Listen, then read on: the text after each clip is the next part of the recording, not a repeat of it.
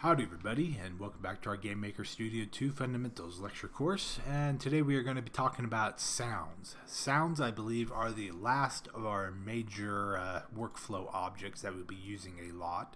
So let's create a sound. So in this case, I usually use either sound or music, depending on which one we're working with. So let's just do sound for the time being.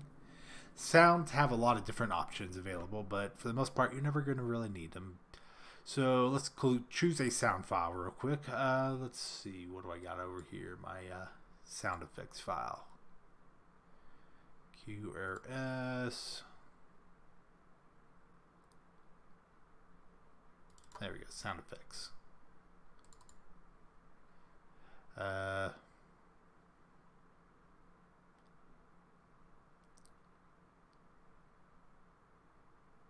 I don't know. We'll just choose this, I guess.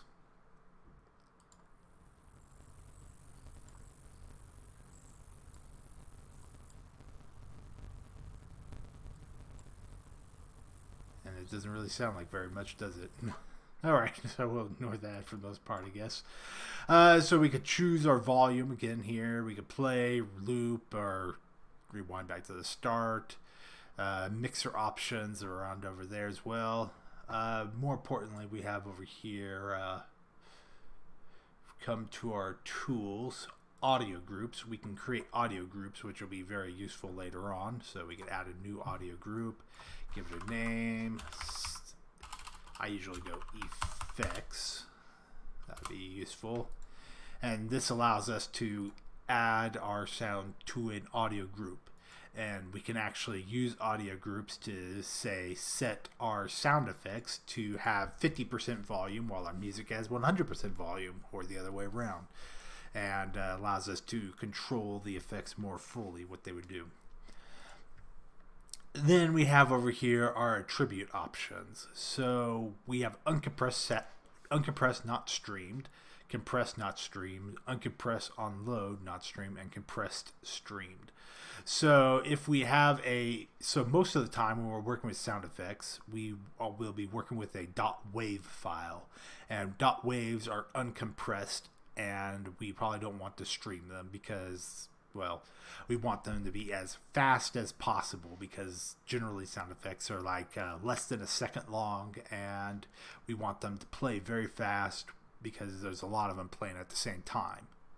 So uncompressed, not streamed. So these other three options are more often used with stream cannot be used in audio groups.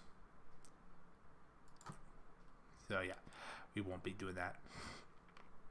Most of the time, these three options are used for music. So if you have music that you want to have playing, these are much bigger files and take more memory room. So we want to load them into the memory or something, and that would help us to play it more quickly without getting clips in the sound. So compressed, not streamed would be if we have a .mp3 or a .ogg file for our music, and we wouldn't stream it from.